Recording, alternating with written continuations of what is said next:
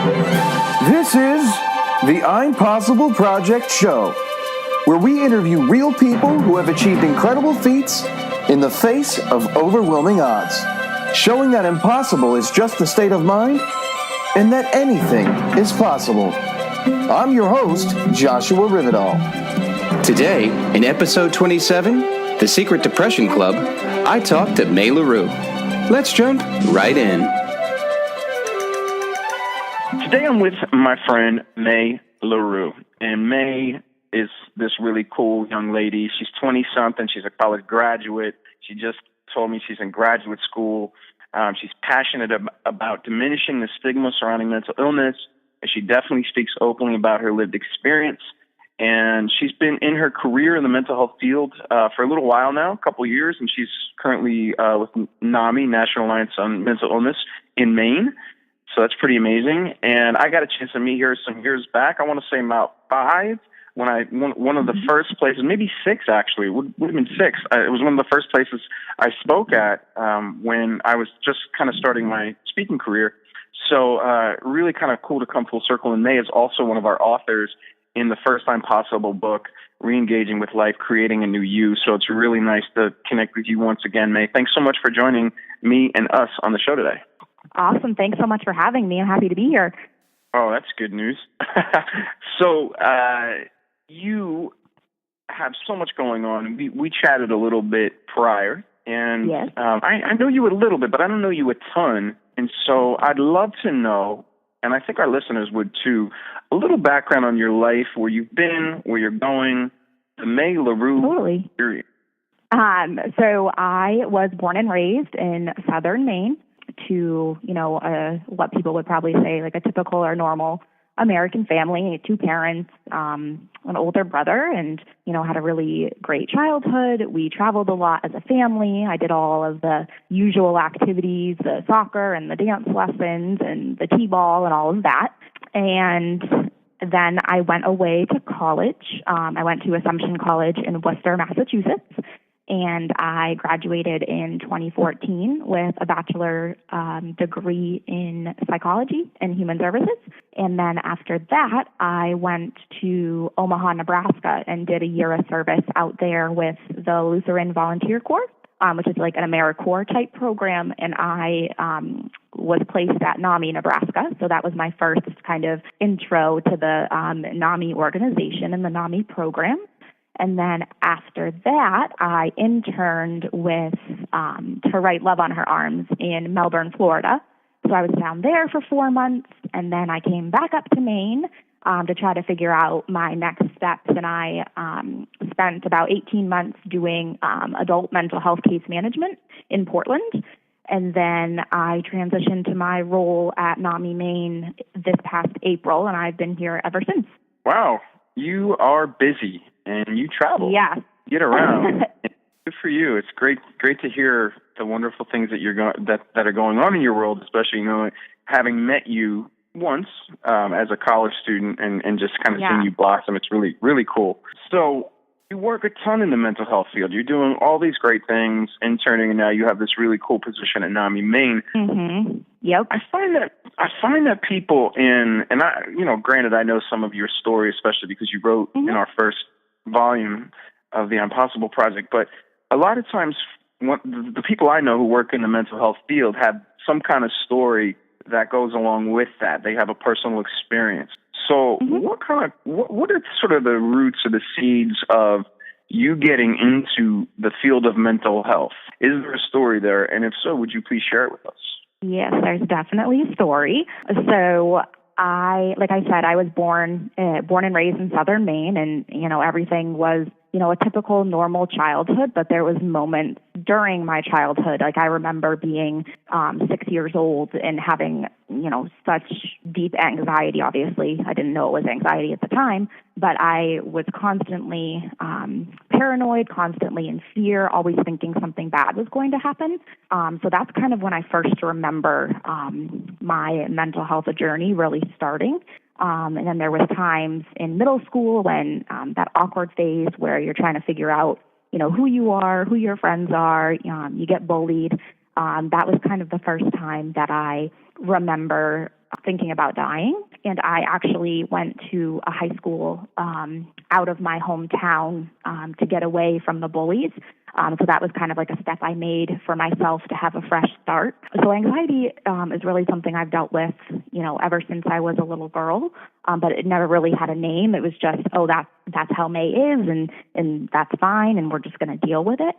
Before I graduated high school, about a month before, my mom actually took me to the doctor, and we had, a frank conversation that something isn't right here and she needs some help. And my doctor was like, yep, I can definitely see that. So that was the first time I was prescribed antidepressants. At the time, my doctor said that it would help with the anxiety, so I agreed to go on them. It didn't really help. And she also said that I should start counseling because I was going off to college, and she just wanted me to have somebody to talk to that summer before I headed off.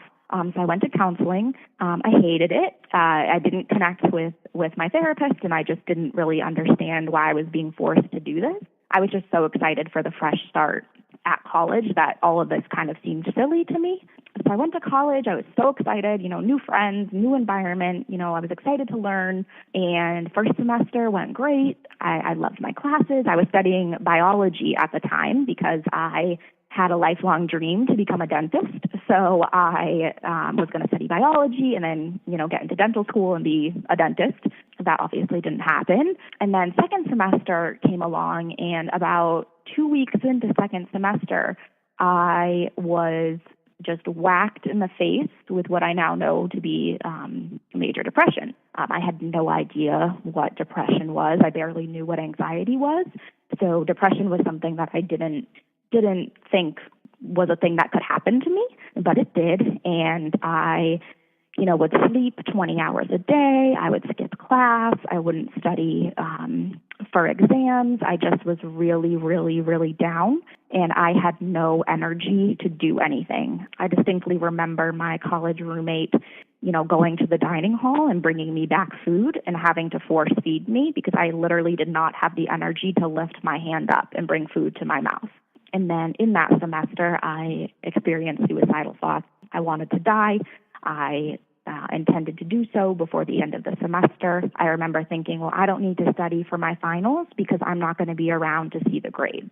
I got through that semester. I don't know how. Still thinking about it. I don't know how I got through it, but I did. Came home that summer, tried a new counselor, really seemed to like it. I did cognitive behavioral therapy, and I really understood that, and it was cool to be able to practice those skills, and I was feeling a lot better. And then I went back for sophomore year, and I was still studying biology at the time, and I was enrolled in organic chemistry. And I remember sitting there being like, this isn't purposeful. Like, I don't feel any connection to this material, and there's something bigger out there for me. And I switched my major to psychology, immediately fell in love with it, and knew that that's what I was made to do. If I can take my experience and turn it into something good for somebody else, then that's what I want to do.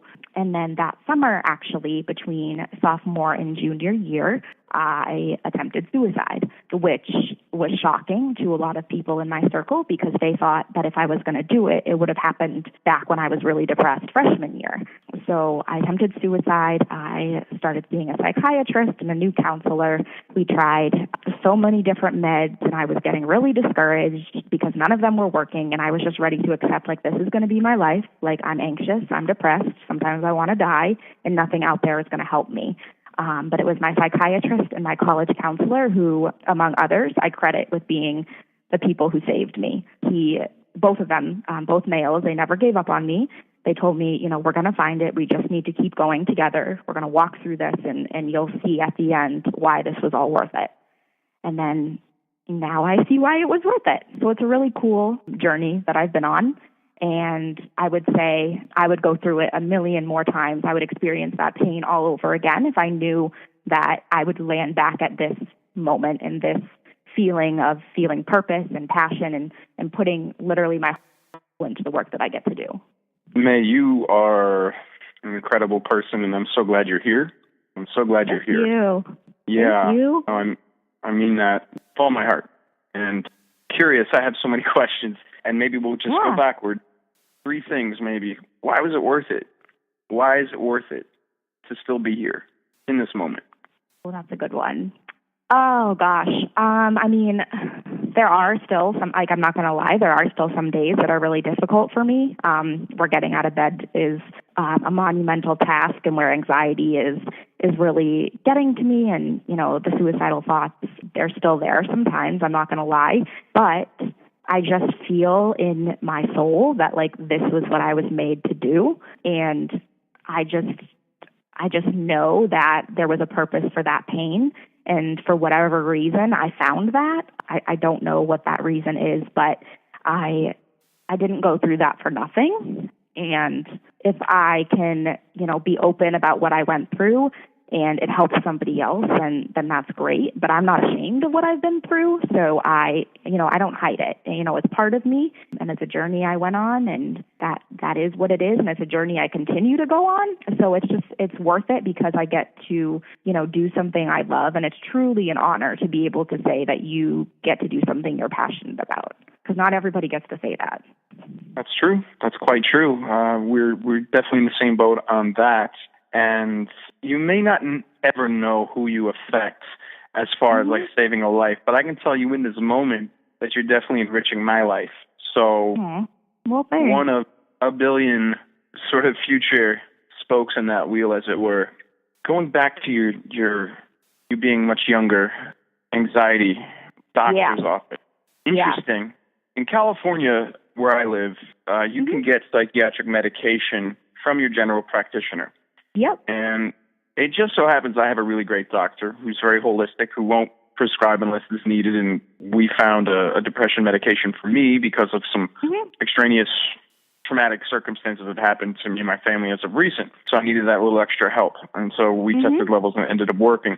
You as a child, though, not a child, as a teenager. Yep. Your doctor prescribes you. Now, I see like two good things, or one with good intent and one that kind of worked out or didn't work out. But the suggestion to get in counseling was great. But the medication part, I'm curious as to why, and maybe you do or don't know, I don't know, why someone would prescribe depression medication as a general practitioner for somebody who's living with anxiety when there are plenty of anxiety meds out there for anxiety. Now, I know that sometimes you use, or one will use, off-label or I think a friend of mine she uses a certain kind of medication, for epilepsy. Yep. She takes medicine with her epilepsy for migraines, and it works. Yep. So what do you think the thought process is behind that? Because that's potentially very dangerous that your GP did that. Can you speak to that at all? Do you have any insight on that? Yeah, I do. So my parents, both of them, are pharmacists. So they know, obviously, a lot about all of the different types of medications that are out there. And one of the reasons, I know this now, I obviously didn't know it at the time, one of the reasons why I didn't get help sooner is because they were scared to put me on medication, knowing what some of the side effects are for some of the psychotropic ones. So when I went to the doctor, I was 17, but I was still, I trusted my parents' opinion, and I still do to this day. So my mom was very adamant that I wasn't going to be put on any of the typical anxiety medications, and my general practitioner agreed, and they started me on like the very basic lowest dose of the most simplest antidepressant. And she told me, she's like, we use antidepressants for anxiety all the time. And so I just kind of went with it. I was 17. I barely knew what was going on. So I just kind of trusted it. But as I went through the journey more and started working with a psychiatrist, I learned, all about all the different classes of medications and how you can put, two together to make one work better and different things like that. But at the time when I was 17 and tried that first one, I had no idea what was happening. I was just very curious about that. I didn't know what the thought process behind it, but sometimes we need the whole, kind of all the details to kind of make an informed decision and that kind of a deal. Yeah, it was very interesting to look back on it now and be like, whoa, why did we do it that way? For a long time, I, sat with the question, well, like, clearly they knew I was struggling. So, like, why didn't things happen quicker? And, over the years, I've learned why, and, I respect my parents and love them more than anything. So I understand. And like I said, I wouldn't change any part of the experience and the journey because it led me here to this moment. And there was a time when I couldn't see a moment like this. So just the fact that I'm here and get to live it, pretty amazing. I mean, there was just so much going on at the time. And I mean, as young people often don't know because they don't have that education. You were kind of lucky. You had parents who are pharmacists, but I also understand their fear and their fears as well. Totally. So definitely just another drop in the bucket of Mae's life experience. Kind of curious, what kind of meds are you on? What kind of cocktail are you on right now? And have you had to adjust the levels at all since being on these different medications or a single medication? Yeah, so I've been on, I think I counted the other day, and it was almost 15 different psych meds. And then that's not with all the combinations that I've been on. So right now I'm on SNRI, so it works on serotonin and norepinephrine, not just serotonin, which is like the typical SSRI. So I got 2 chemicals that are getting worked on. And I've been on this med since December 2013. And this is the longest that a med has ever worked for me. So I'm definitely sticking with it and going with it. But I've been on, all of the classes of psychiatric medications. I've been on mood stabilizers, other antidepressants, psychotic medication. We literally tried everything. And then randomly one day, my doctor was like, let's try this. And it worked, and I haven't looked back. There have been times, though, when things have gotten harder in my life. Transitions are really difficult for me. So when I came home from my internship in Florida with To Write Love on Our Arms, at the end of 2015, that transition home was really difficult for me because I had just come off, a year and a half of living in different places and learning a lot of cool things and just like being on my own and not with my family. And it was just really exciting, but it was kind of a buzzkill to come back and be with my parents and live in their house and have to kind of change my mindset, and not knowing what the next step was really difficult. So we upped the dose of the meds then.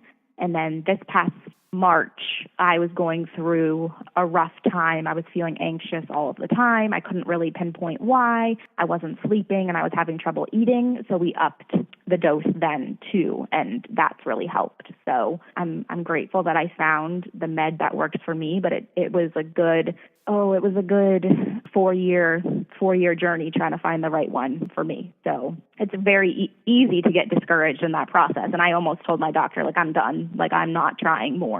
But he somehow convinced me to do so, and I'm glad we landed on the right one.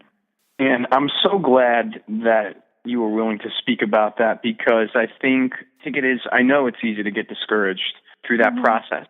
I mean, you even said it, I tried everything. Actually, you didn't. And it feels like everything in that moment, in those moments, I know that. And those feelings are real and they're valid. But finding that, somehow you found some courage, some resiliency, I'll try one more, and I think it's powerful to hear and to experience your story and your journey a little bit, because I speak to a lot of college youth and even high school, middle school, whatever, and I hear this 2 sides of this coin. It's either with therapy or it's with medication. It's like, I tried this and I tried that. I tried this therapist and that therapist, or I just tried this therapist, or I tried this medication. It didn't work. The therapy didn't work. The medication didn't work, and I'm done. Wait a minute. Listen to Mae. Listen to Mae's story. Not that I've done this before, but I'm kind of in this moment, right? Listen to Mae's story. She tried for 4 years. She is a testament to the human spirit and fighting for one's life and well-being, and not just surviving but thriving. And we just need to model that behavior. I have friends who will tell me, I've been going to therapy, but it's not working. I don't really like my therapist. I think I'm just going to stop and, just figure this all out on my own. And I'm like, no, if you don't like your therapist, that means that that's not the right one for you. And that's okay. But you have to, be willing to search for the next one, because there is one out there for you that is a good fit. And it took me, 3 or 4 therapists till I found the right one for me. And that is discouraging. It sucks when you're trying, you're struggling and, you want help and you want relief immediately, but it doesn't happen that way. And, people take psych meds and they, want to feel better right away. And, it can take months for the effects to happen. And you just have to stick with it. But it sucks. I get it. I do. But there is light on the other side of it. Definitely. Absolutely. Well, first of all, therapy, right? So I've had 3 therapists in my life, and I was lucky that the first go around, which lasted about a year and a half, was wonderful. I found somebody who I really connected with. The second one was a total dud. And the third is the one I'm seeing now, and I really like her. So I've been through it, not on maybe as much as a severe level of not liking your first 4, but these things happen. And then with the medication, I'm on Wellbutrin at 300 milligrams. Yep. And so we led into that with 150, and then stuff went down, and I was like, well, let's try 450. I guess back in the day, like in the 60s or 70s, they were starting people off at 800, and it was causing seizures and stuff, so they took it off the market. They brought it back, and they were introducing, I think, starting at 150, and they weren't going above 450, so I was like, well, let's go to 450. I just want to see how this works. And I lost about, maybe 5 or 10 pounds, which for me is a lot. And I was shaking, and it was just really strange. So I went back down, informed my doctor and all that. And so on a very small level, I have this understanding of what it's like to kind of tweak one's psychiatric meds. So that's really important to talk about. I'm really curious about something, going back to your college experience after you attempted, and even through depression and all that stuff. You went to Assumption College, but I guess I'm kind of wondering about the greater college experience, but I guess I'm asking specifically to Assumption. Did they do anything for you to accommodate, were you allowed to take longer on tests, or were you allowed to, did you have extra help? Because we know about the psychiatric and the therapeutic component. Many, not all, but many universities and colleges and some community colleges have a psychologist or a therapist, and maybe we'll refer out to a psychiatrist. But did they give you academic help or any other support on the side other than the stuff for your brain? Yeah, so it was kind of after you came to speak and I met you that I kind of was like, hey, I have a story and I'm not ashamed of it, and I'm going to be loud and vocal about it, and this is a thing, and I'm going to make some noise. So it was kind of your presentation that really kind of sparked that in me. And so I was open about it. Most of my professors knew. I would go into, professors' office hours and cry if something was really difficult, and I would just, spill everything to them. So I was pretty vocal about what was going on and how I was feeling at all times. And I actually wrote my senior thesis on suicide prevention in higher education and how I feel that more needs to be done for kids who are struggling in college. We do have Assumption does have a academic support department. So if somebody did need, more time on tests or needed longer on a project or something, that's totally something that can be set up. That's not something I ever did. I'm not really sure why. I guess that's a good question. But I know that they have it. Some of my friends utilized it, but I never did. But looking back on it now, that definitely might have helped. But I think I remember freshman year when I was really, really sick and didn't have the energy and was, very suicidal. I remember thinking, if any school administrator or professor, anybody finds out about this, I'm going to be kicked out of college and I'm going to let, my family down. And I was like, that cannot happen. So no matter what, either I kill myself this semester or we get through it and nobody finds out. Because I just had so much guilt about being sick that I was like, nobody can find out about this, because if I get kicked out of college, that's going to be so embarrassing for my family. So that was kind of the warped thought that I had in my head. So I think maybe that's why I didn't, reach out for help in that manner, because I was just so worried about the wrong person finding out and then me getting sent away and never being able to go to college again. Obviously, I know now that's not what would have happened. But when you're in it, you don't know, because you really don't know what's happening. So your brain just thinks these awful thoughts. Yeah, I would say that's kind of the thought process around that. But it definitely was available. I just never tapped into it. Say what I found really cool, though. So we had our own counseling center on campus, like most colleges do, and it was free. It was part of our tuition. So what's really cool about it, though, is the psychiatrist that I was seeing, he contracted with all of the schools in the Worcester area. So you got to see him within a week of reaching out saying you wanted an appointment, which was really cool. And I saw him, for 2.5 years, because he He's an expert in college mental health, and because he contracts with the school, we kind of are able to see him more quickly than usually psychiatrists can be like 3 to 6 months. But when you're struggling and you're a struggling student, you don't have that time because summer is a thing and winter break is a thing. So it was really great that we got to see him and that he was available, almost immediately. So I would say that was a really cool perk, I guess, of being part of that consortium of schools. I'm glad you brought that to light, and I'm glad that it was so helpful for you. And I think around this conversation, whether this part of our conversation, whether or not you got help back in the day, which is not really back in the day, but like back when you were in college, I think what's more important, is just in this moment that when this airs, hopefully it'll get in front of some assumption or Worcester students will know about these different resources on a broader level with the academic support that goes along with persons with disabilities, including persons living with severe mental illness, or if that's some kind of an inhibitor to academic success, there's resources out there to help, Definitely. Yep. And it was just me and my college roommate who is my best friend. We were roommates all 4 years. We have known each other for 7 years now. We started school in 2010, so she's my best friend in the whole world. And it was just her and I navigating this really scary second semester freshman year. Neither of us knew what to do. Neither of us knew who to turn to. We talk about it sometimes, like, hey, maybe we should have told our RA what was going on, and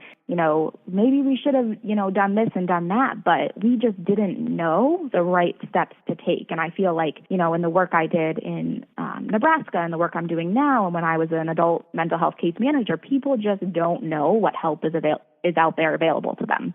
So because of that, people just keep it inside. That's definitely what happened to me. It was just me and my roommate, and she's to this day, she'll say, I never knew I would come back from the dining hall or come back from class and you could be dead. She said every time she unlocked that door to come back to our room, she was terrified because she did not know what she would see when she opened that door. Is this the same roommate that is in your story in the First Time Possible book? Same reference? Yeah? Yeah. Wow. Yep. She's phenomenal. Yeah, sounds like it. I mean, from everything you've written and said, that's it's just beautiful to know people like that exist. And just calling attention to that for a moment, because I think sometimes we don't know who's going to support us, or we don't think that anyone's going to support us because of what's going on in our heads, and we might not be rational, or it might be a precursor to an episode. But people out there exist. So I just want to say that to our listeners. People out there exist, whether you know them now or not. And I don't know that you were super explicit, especially in the beginning with your roommate, about how much you needed her help, but it worked out that way. And I'm so glad it did. We say, if she was not my roommate, I would be dead.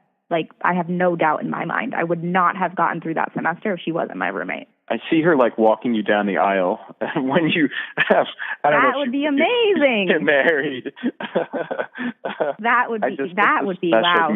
That's how I know God exists, because she exists and she was brought to me. We have angels sometimes. I'm not a super religious person, but sometimes I feel in a metaphorical sense universe or God gives us what we need, those angels in those moments that we need them. Mae, I want to switch gears, actually. Well, first I want to thank you for being so vulnerable and open and just honest and sharing of yourself, because I've learned a lot and I've gotten so much out of this, and I'm hoping and I'm thinking that the future listeners will as well. I want to switch gears, though. This is something called our quick fire round, and it's kind of like our Conan. I'm Conan, your insert celebrity, or Leno or Fallon, whatever, right? So I'm going to ask some questions, and I'm so glad you know who Leno is. You're not that young, but you're young enough. So right. I'm going to ask some questions, and no right or wrong answer. Just going to have some fun. Have our listeners see another side of you. So where we go? Totally. Let's do it. Awesome. Mae, what's your favorite word? Don't really have one. I say more phrases a lot. Right now, I mean, a phrase. Yeah, it changes from time to time. But right now, my phrase that I say is blessed. So if something is good, I'll always be blessed. And then I just, move along with my day. I learned that from one of my friends at To Write Love on Her Arms. She started saying it, so I just kind of picked it up, and I've been using it ever since. I really like that. I really like that. And to me, the origins of that are like, because you were like, even though it was Florida, like to me, Florida is still the South in many places. So it's got this like origin in bless your heart, which isn't a nice thing, but you put that on its head and bless. It's cool. Yeah, I actually, my coworker this morning, I walked into my office and on my desk was a coffee mug that says #blessed on it. So I guess I've kind of made an imprint in the office here. Sounds like it. So Mae, what is your least favorite word? Probably moist. That's a lot of people's least favorite word, but I can't stand it. And people know that, so they'll say it, and it just makes my skin crawl. Honestly, I can't do it. Can't hear it. Oh, gosh. This cake is very wet. This cake is very delicious. Actually, somebody on our show hates the word delish, so I should not use the word. Oh, interesting. And I think I'm wondering about the tally. I need to take a tally because there's so many of our guests who have said moist as their least favorite word, and I'll stop. I'll call it the M word from now on. It's just awkward. Expletive. I don't know. Kinda. This is something I haven't asked yet. What's the favorite place within the U.S. that you've traveled to so far? Because you've gotten around a little bit. Yeah, my family and I, that's kind of what we did as like family bonding. We traveled. Oh, right. Every summer, April vacation, February vacation, we were always going somewhere. And I've been, to Europe, and I've been to, the Caribbean and all the places like that. But hands down, my most favorite vacation and most beautiful place in the world out of all the places I've been is Alaska. Hands down. Really? Wow. Obsessed with Alaska. It is stunning. Where did you go? We went on a cruise, so we went to like Anchorage and Juneau and Ketchikan and a whole bunch of different villages. We went whitewater rafting, we went on a biking trip, and we went four-wheeling, and we went to Denali National Park and saw like wild grizzly bears and caribou. We went on a one of those jumper planes, like a four-seater over Mount McKinley. Absolutely stunning. Hands down. Favorite vacation, favorite place in the world. I can't wait till I get to go back to Alaska. I'm so jelly. And were the 12 people who live there very welcoming to you? Were they cool with you showing up? They're super sweet. It's obviously like a very big touristy area, so there's a lot of like villagers out there selling, their handmade crafts and jewelry, and it's just a very positive, welcoming, cold environment. That's really cool. That's really, really cool. Everybody should go to Alaska sometime before they die. Hands down. You're putting thoughts in my head for maybe Christmas. I don't know. We'll see. Yeah. Christmas vacation. So let's see. I've never asked that question before. What about, so if somebody made a movie of your life, the Mae L'Heureux story, who would play the title role? Whoa, that's a cool question. So, fun fact, I am horrible at pop culture. So I don't watch movies. It's just not something I do. So people will say, "Oh, did you see this movie?" Or, "Hey, do you know this new up and coming actress?" And I'll be like, "No, I have no idea what you're talking about." I have no idea what the cool hip music is or who sings which songs. So I actually don't really have an answer. Because I just who do don't you know? Who do you know in your head who's an actor or a singer or an actor, woman actor or woman singer? Off the top of your head, who can you think of right now? We might have to do a casting call. Taylor Swift, but she's not an actress. But I guess. All right. So we're gonna cast Taytay as Mae L'Heureux. And somehow Mae learned how to play a guitar. And sing. So we'll integrate the two. Perfect. I'm cool with that. I like where this is going. So it's not going to be a TV movie. It's going to be a studio movie because Taytay is involved. So right, and people make fun of me because I'm convinced that Tom Hanks and Bill Murray, the two actors, I love them both, but I'm convinced that they are twins and they're interchangeable. And sometimes I get confused which one is which. And people are like, "No, Mae, that's the dumbest thing I've ever heard." And I'm like, "No, they look alike." And nobody believes me. Very interesting. They kind of do. Yeah, they both have curly hair. They both have that round nose at the end. Right. You can tell Bill Murray from Tom Hanks because Bill Murray has a lot of pockmarks on his cheeks. So in case you have a hard time with paternal twins. But in Toy Story, is that Bill or is that Tom? You can't tell. It's an animated movie. Okay. We're gonna have to check Just kidding. You got a point there, though. I'm with you on that. So that's like I'm a with you little on that. fun fact about me. I know nothing about pop culture.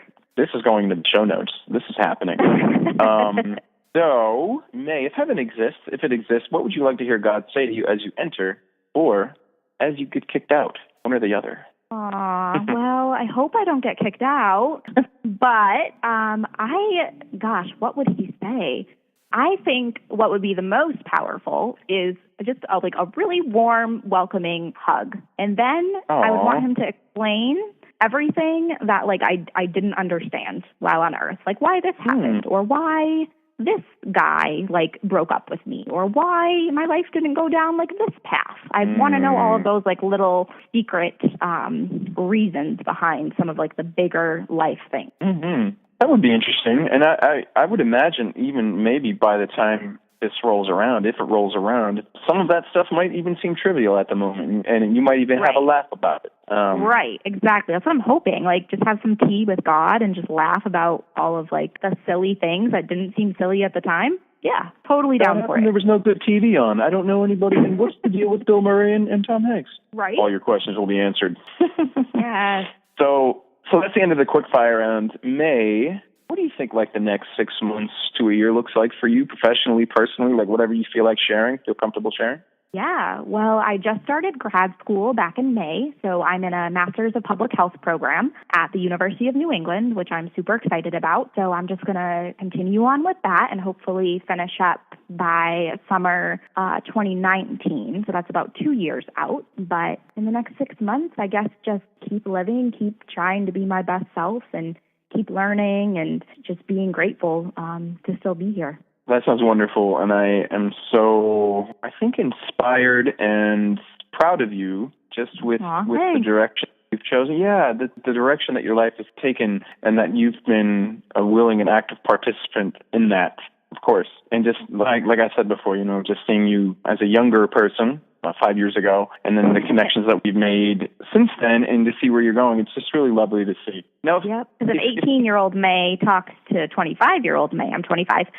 Talk to 25-year-old May. 18-year-old May would say that 25-year-old May wouldn't exist. 25-year-old May would have been dead. Ooh. So just the fact that I'm here, and 18-year-old May, if I could, tell her something, I would just tell her, you just have to keep going. Even when you feel like you're drowning and you can't get out, you just have to keep going because it's worth it at the end. So it's really cool to look back and be dang, 18-year-old May was really sick, and, she didn't see a future, and she didn't see all of the goodness that was waiting for her. She just had to hold on, and 25-year-old May is glad that 18-year-old May did. Definitely. And I would say to 18-year-old May, I wouldn't say things get better. I would say things get different, and your feelings might change. I'm glad that you didn't listen to 18-year-old May. Too. Yeah. Well, May, this has been so lovely. It's been so nice chatting and just getting a chance to learn more about you. And I want to thank you big time. So thank you so very much for joining me and us today on the show. Yeah, thank you so much for having me. This is awesome. You've been listening to the I'm Possible Project show with Joshua Rivedal and guest Mae L'Heureux. I love sharing stories and how to turn impossible into I'm possible. If you want more inspirational stories, our second and third books are in pre-order right now. Changing Minds, Breaking Stigma, Achieving the Impossible, as well as Lemonade Stand. Both contain powerful stories of overcoming tremendous odds. When life gives you lemons, squeeze, add sugar, and pick up a copy of The I'm Possible Project. www.IamPossibleProject.com/pre-order. Thank you so much for tuning in. You're more than a community. You're part of the I'm Possible family. Until next time, sending you lots of love.